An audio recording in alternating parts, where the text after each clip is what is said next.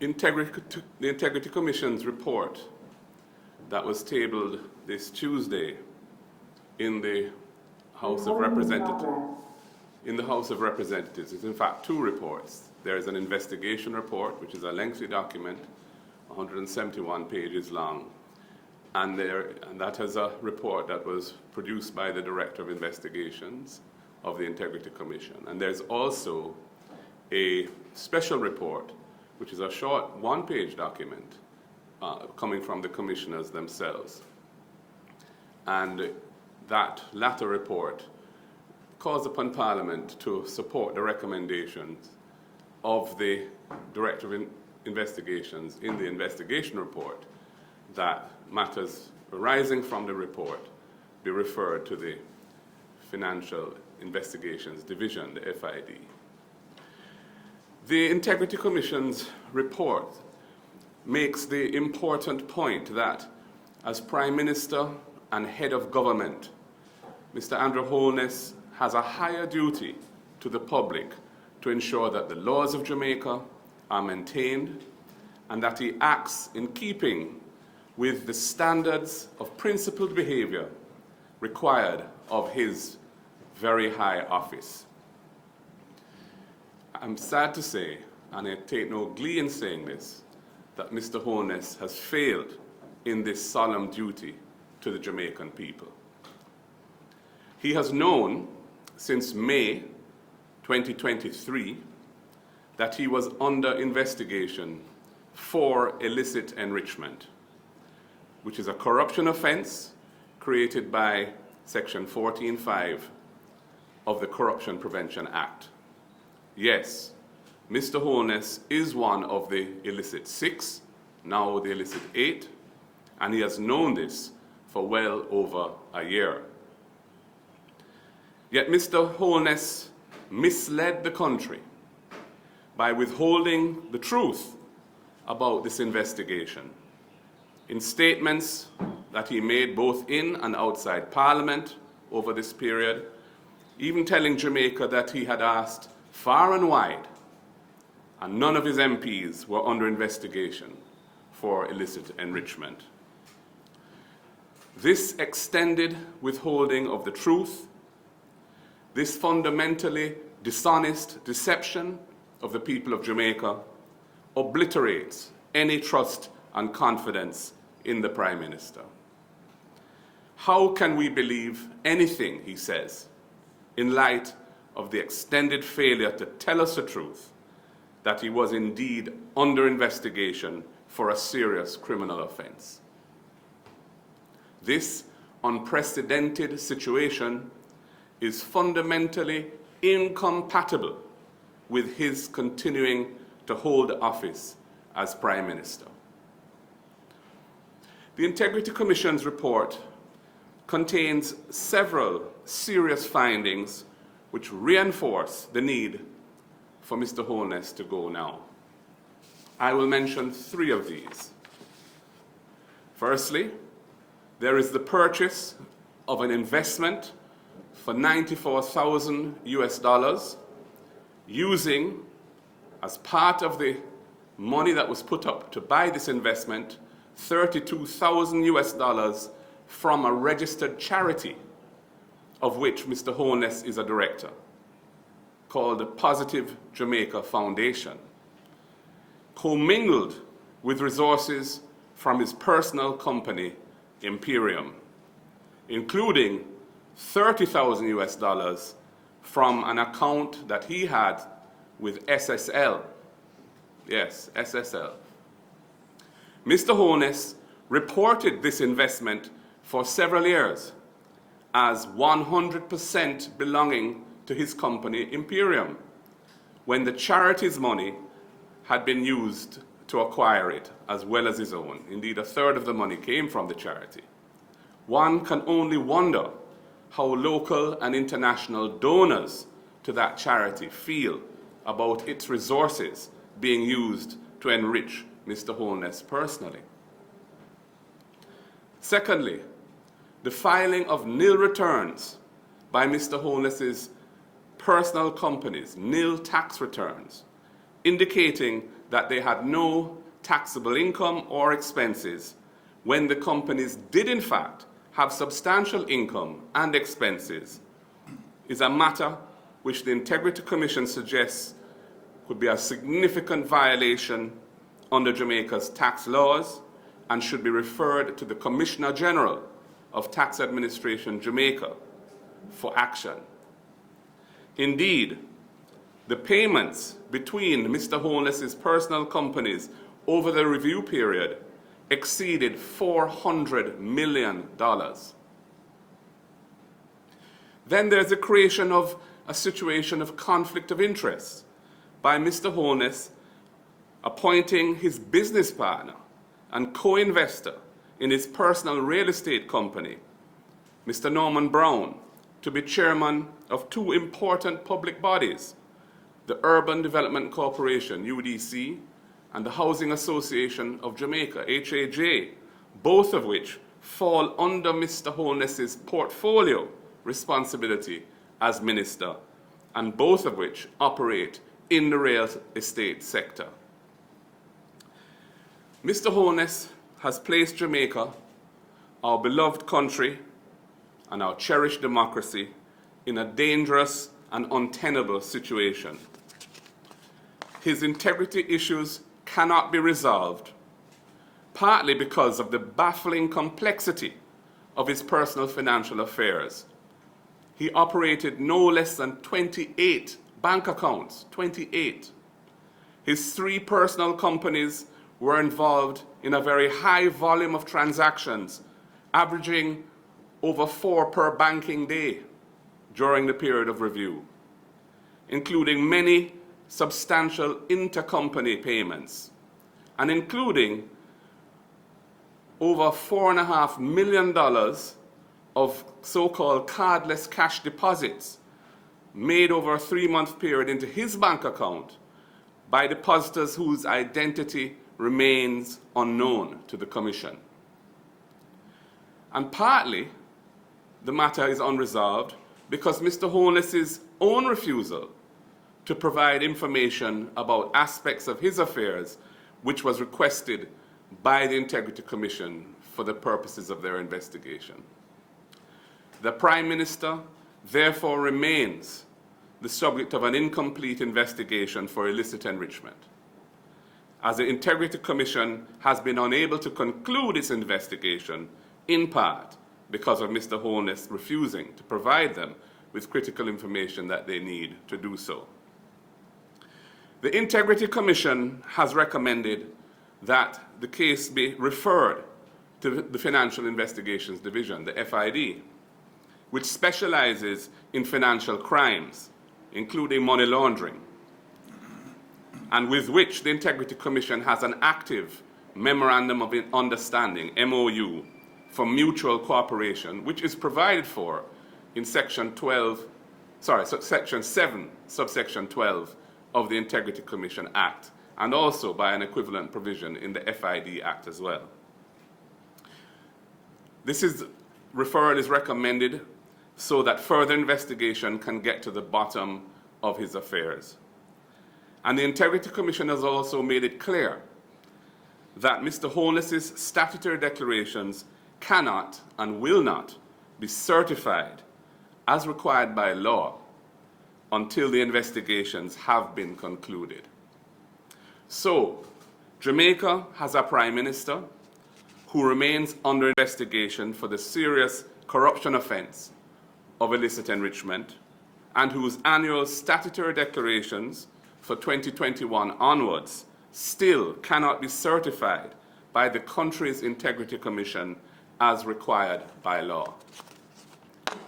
This is a serious blot on the country's image, both locally and internationally.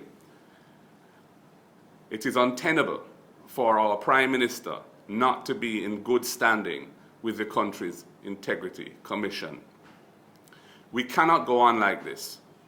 The Prime Minister must step aside now or call fresh elections so that the people have the chance to elect a new government that can take our country out of this mess.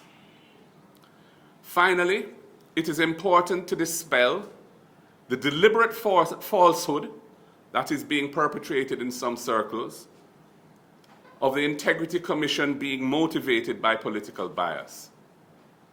While the developmental work on the legislation that created the Integrity Commission was done prior to 2016, the Integrity Commission Act was reviewed and then passed into law by this JLP government. The commissioners of the Integrity Commission were appointed under this JLP government, and Mr. HOLNESS himself had an important role in their appointment. The staff of the Integrity Commission were all employed under this JLP government. The record shows that the Integrity Commission has taken action against delinquent representatives from both political parties. This scurrilous suggestion that the Integrity Commission is motivated by political bias must therefore be rejected for the malignant mischief that it is. The Integrity Commission is a critical institution in the governance of our country, a country which is seriously afflicted by the scourge of corruption at the highest levels. The Integrity Commission must be nurtured and supported so that it can do its anti-corruption work without fear or favor. The continuing attempts to discredit, weaken, undermine, or intimidate the Integrity Commission, its commissioners and staff must be condemned and resolutely resisted by all well-thinking Jamaicans. Thank you. I just want to close briefly by saying, in relation to the incident that we heard about through the news last night concerning the homeless in their home, that we absolutely abhor any such conduct. We call upon the security forces, law enforcement, to investigate it thoroughly, and if there are any perpetrators, to bring them to justice. And I want to extend my personal sympathies to Mr. and Mrs. HOLNESS and their family. Thank you. I'll now ask Senator Donna Scott-Mann. Thank you. And I associate myself with the comments made in relation to the report of what took place last night at the Prime Minister's home. And greetings. Last evening I was given what is called a brief. It is not a brief.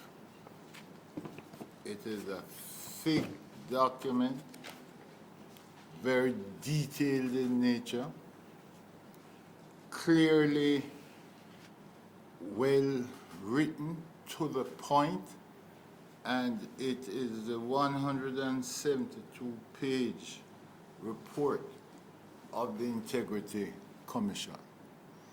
As I read it, and I went through the 172 pages, some things jumped out at me.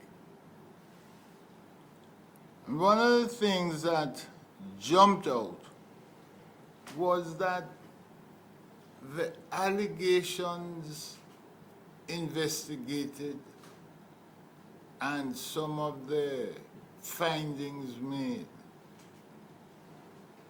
could one person have caused these allegations to have surfaced? No. My mind as a lawyer practicing at the criminal bar saw that there were elements of conspiracy in this. And whilst I will not identify the potential conspirators, I will say that in the overall circumstances, the Prime Minister of Jamaica needs to remove himself from the office he now holds so that the appropriate investigative body can go very deeply into the allegations, and that the public will be satisfied that there is no interference at the highest level,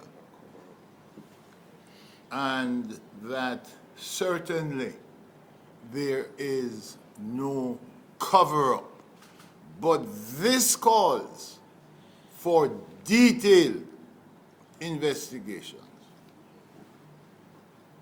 What jumped out at me too was the way in which the investigation was conducted, where they made reference to the judge's rules, that persons who were interviewed, they were interviewed in accordance with the judge's rules. Now, let me just point out one important aspect of the judge's rules. It is a warning to the person who is being questioned. And it warns the person that you need not say anything, but anything you say will be taken down in writing and may be used in evidence against you. And in this document, the warning was appropriate. Appropriate. What jumped out at me also, why would one need to have 28 accounts? Why? One would need to have 28 accounts if one was involved in businesses. Now, when I tried to find out who had the 28 accounts, I found out that it was the Prime Minister. You can't run a country and run private business at the same time. It's one or the other. One or the other. And it is clear that one of the reasons why the country is in the condition it is in now is that sufficient time is not being spent by the chief executive officer to run the country. These are business ventures. Business ventures. Jumped out at me also that, look,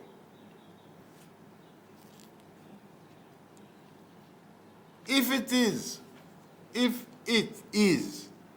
that a prime minister is being investigated, how can he be the chief accountable officer for discipline, law and order in a country? He cannot occupy the post and find himself in this position and do that which he was elected to do efficiently. Cannot. And therefore a call for his resignation, a call is justified. It's justified. It's justified because of what this report contains, both in terms of the volume of his association with other companies and the allegations contained herein. Had this been the private sector and the private sector officer that private sector employee would have been sent on leave pending investigations. No private company in Jamaica would have caused someone against whom these allegations have leveled to continue in the highest position in that company. It's untenable. I expect that there will be more press conferences, leader, and Very likely. I would like to have the opportunity to go through this in greater detail. And if you would be kind enough to invite me to that press conference so I could articulate on aspects of the law. But conspiracy jumps out. Money laundering using what is called layering jumps out at me. And those are serious offenses. I do not, for 1 minute, suggest guilt. I don't. But what I suggest is that the process should be allowed to take place, and those who are found culpable be held accountable. There is, leader, a call for general elections too. Well, let me just say this in closing, that as far as I am concerned, I join that call. And my advice to Mr. HOLNESS is a simple one. I made some inquiries, and I'm told that he has a bag. I say to him, start packing, because you are going. And if you don't believe me, speak to Mr. Golden, Bruce, that is. Pack your bags, put in your clothes and your belongings, because you can't stay as Prime Minister of Jamaica, because the international reputation of Jamaica is important, and you have,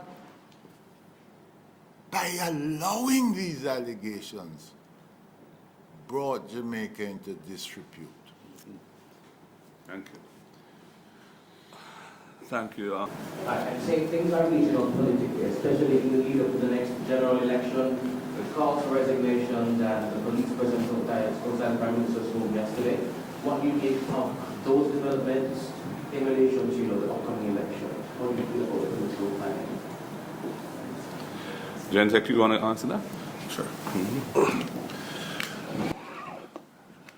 Yes, as was said earlier, we do not condone any form of threats being made to anyone who practices within this space or to any individual at all. And we believe that the police should investigate the matter thoroughly, and those who they find that were associated with such threats should be brought to justice in a very timely manner.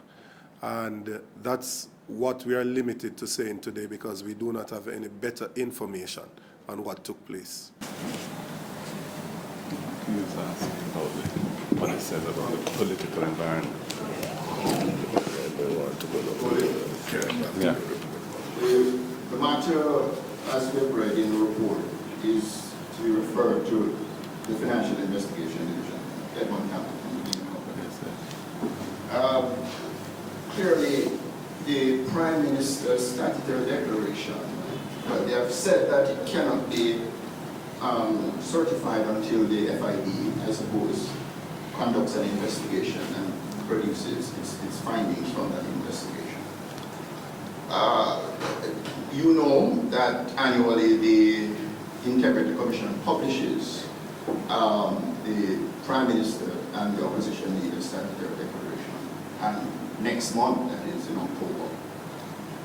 What would be your suggestion, if any, to the FID in order to facilitate the process in terms of allowing the Integrity Commission to be able to, as quickly as possible, make a decision on the Prime Minister's statutory declaration? We're talking about 3 years now, effective next month, that the Prime Minister's statutory declaration has not been certified. So what would be your suggestion to the FID as they approach their investigation?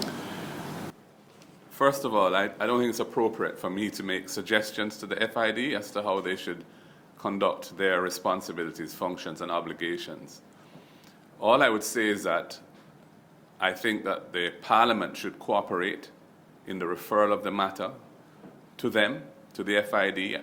In any event, I think the FID should, of its own motion, embark on the reference and look into the matter thoroughly.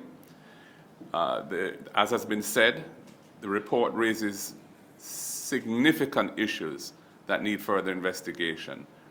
They touch on not only illicit enrichment, but I believe the inquiry of the FID must look at money laundering as well, and conspiracy, as Mr. Knight, King's Counsel, mentioned. But I would just say that how they go about it is up to them. I would just ask that they enter on the reference quickly and do their work thoroughly. Yeah, but because what I was suggesting is that it is not fair to have the Prime Minister hanging in the balance in the run-up to a general election. So I'm just wondering, in terms of expedition, the resources that the FID may need, they may need additional resources. But when I say your suggestion, what I was hinting at, we believe that the resources should be provided, whether from overseas, forensic support, whatever it is that they need to be able to conduct an investigation very quickly. Well, our position is that the Prime Minister should resign and that the investigation should proceed. In terms of resources, yes, the FID must be adequately resourced to do the investigation. That, I think, is a basic requirement for there to be both fairness and thoroughness, and so that the outcome of the investigation can enjoy the trust and confidence of the public. But may I say, Edmond, it's a very important question that you have asked. And it has highlighted the conundrum in which we find ourselves, because the directions would have to come from the highest possible level to ensure that the resources are provided and to assist with all that the FID would need to proceed quickly. And the question which is raised is, would the Prime Minister, in fact, having regard to these fulsome allegations, have an interest in having it expedited before a general election? That we don't know the answer to. But it illustrates The conundrum. the conflicts which arise because of this situation. Which is why I've said he's put Jamaica in an untenable position, because he's the head of government, and these are agencies that fall within the public sector and are part of the state and the government. So it's really an unprecedented and very, very difficult situation the country is in. Embarrassing as well, locally and internationally. Sherwood Campbell, Nationwide News. Two questions, Mr. Bowling. The first, you suggest that the criminal investigation into the Prime Minister is incomplete.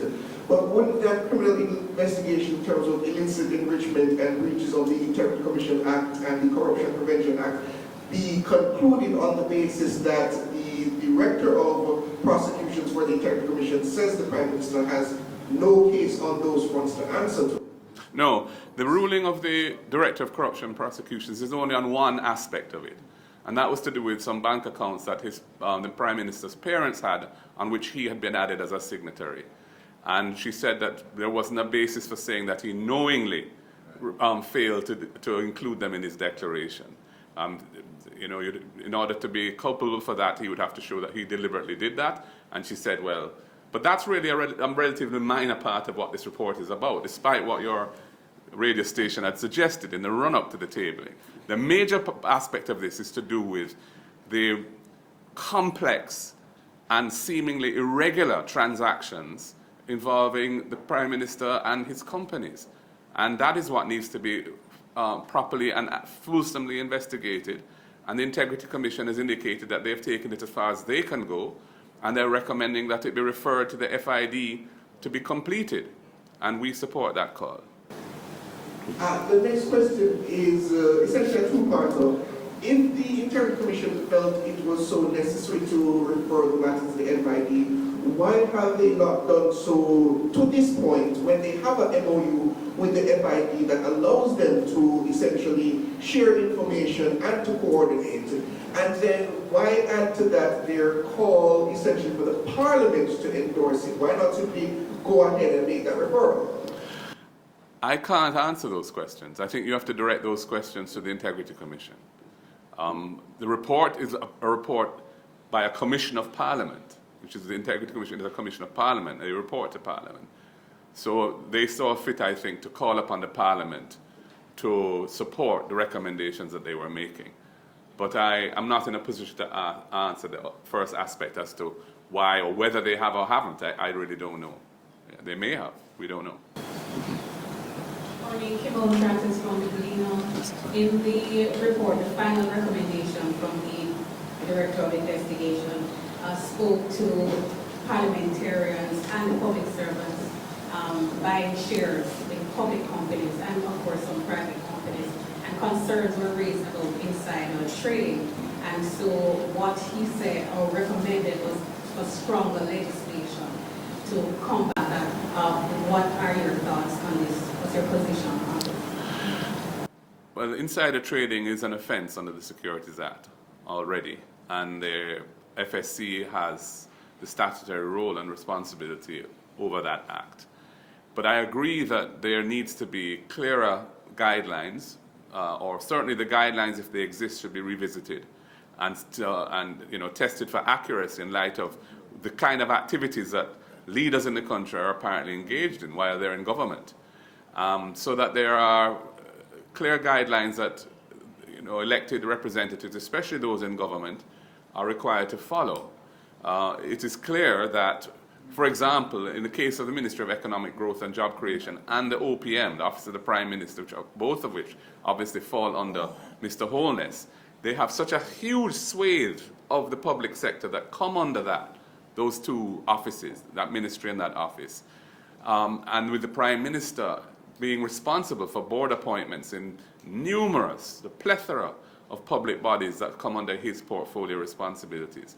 For him as a minister, or indeed Mrs. Holness as his wife, to be involved actively in commercial activities that are regulated by those bodies or seek permits or approvals from them, creates real possibilities of conflicts of interest.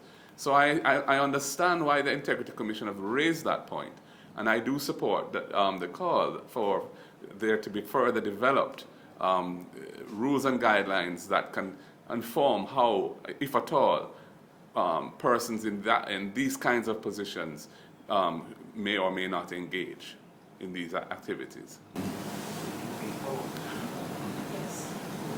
Mr. Williams, just to do a follow-up on that.